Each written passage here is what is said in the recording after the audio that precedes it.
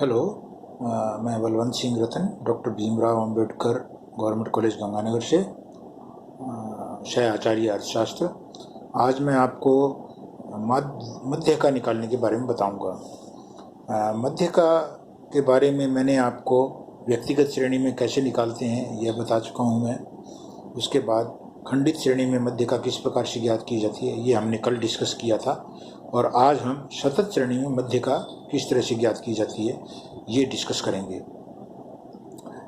सतत श्रेणी में वास्तव में मध्य का निकालनी पड़ती है और बाकायदा मध्य का एक फार्मूला होता है।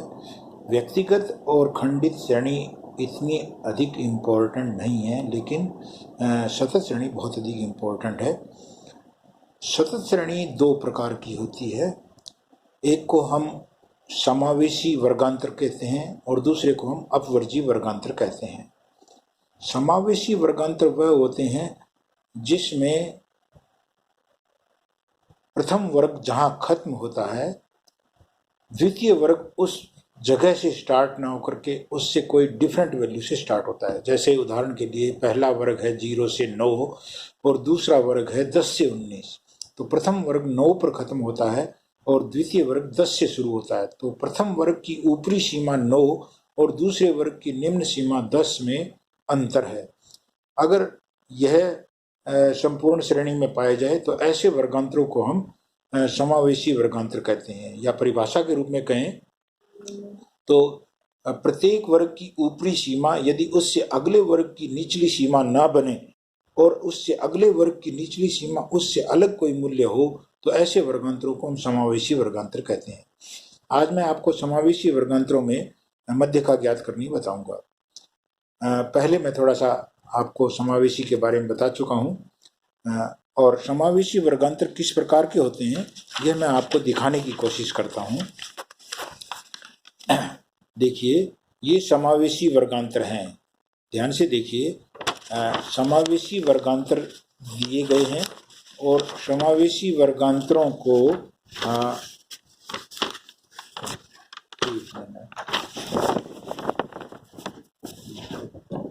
समावेशी वर्गांतर ध्यान से देखिए। प्रथम वर्ग 0 से 9 है, दूसरा वर्ग 10 से 19 है, तीसरा वर्ग 20 से 29 है। तो ये समावेशी वर्गांतर कहलाते हैं।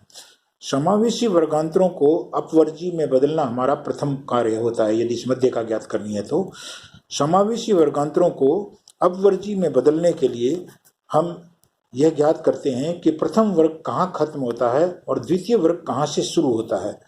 जैसे ये जो एग्जाम्पल जो मैंने आपको अभी दिखाया है या मैं आपको भी दिखा रहा हूँ, इसमें प्रथम वर्ग 9 पर खत्म होता है और द्वितीय वर्ग 10 से शुरू होता है और 9 और 10 का अंतर 1 है।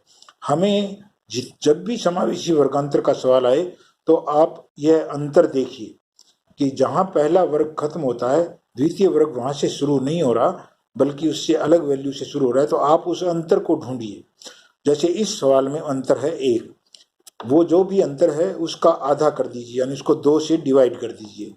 तो जैसे हमने अंतर को आधा किया 1/2 यानी 0.5, और ये जो अंतर का आधा जो आता है, इस अंतर के आधे को समावेशी वर्गांतर जितने भी दिए हुए हैं उनमें प्रत्येक वर्गांतर की निचली सीमा में घटा दीजिए और ऊपरी में जोड़ दीजिए। जैसे आगे मैंने आपको अपवर्जी वर्गांतर दिखाए हैं इसमें कि हमने 0 में से 0.5 घटाया, हमारे पास -0.5 आया, तो हमारा प्रथम वर्ग -0.5 से शुरू होता है और ऊपरी वर्ग में 0.5 हमें जोड़ना है, तो ऊपरी वर्ग हमारा 9.5 हो गया।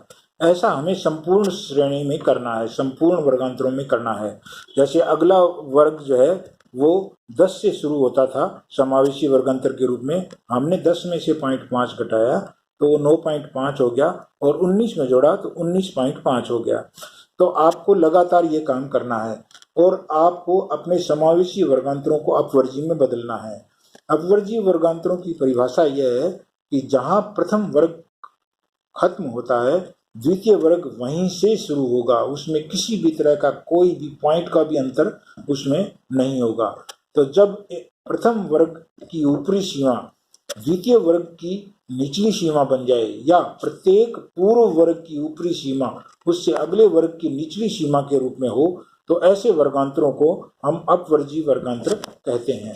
तो समावेशी वर्गांतरों को अपवर्जी में बदलना हमारा प्रथम कार्य होता है। जैसा मैंने आपको अभी दिखाया कि हमने समावेशी वर्गांतरों को अपवर्जी में बदला। समावेशी वर्गांतरों को अपवर्जी में बदलने के बाद हमें जो करना है वह यह है कि हम दी गई आवर्तियों का क्रम से योग करते हुए हम CF ज्ञात करते हैं। देखिए हमने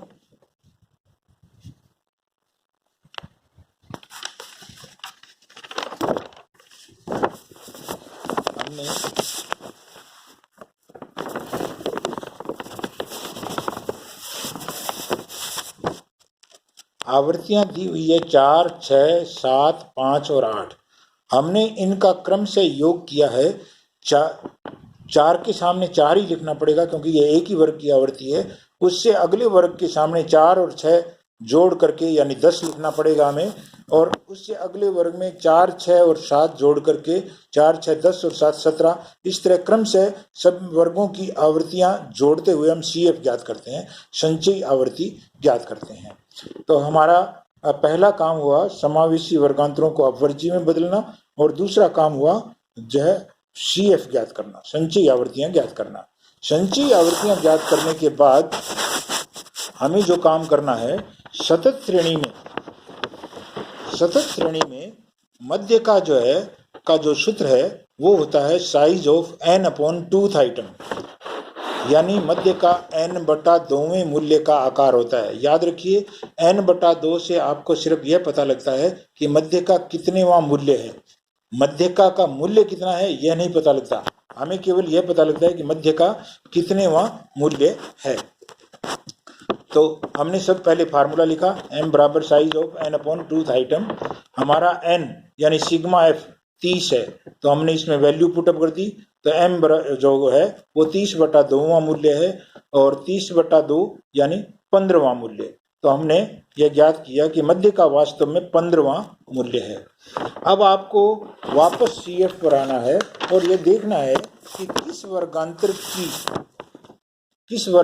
की CF में हमारा ये जो 15वां मूल्य है वो पहली बार शामिल हुआ है। ध्यान से देखिए, हमारा वर्गांतर है 19.5 से 29.5 और इसकी CF है 17।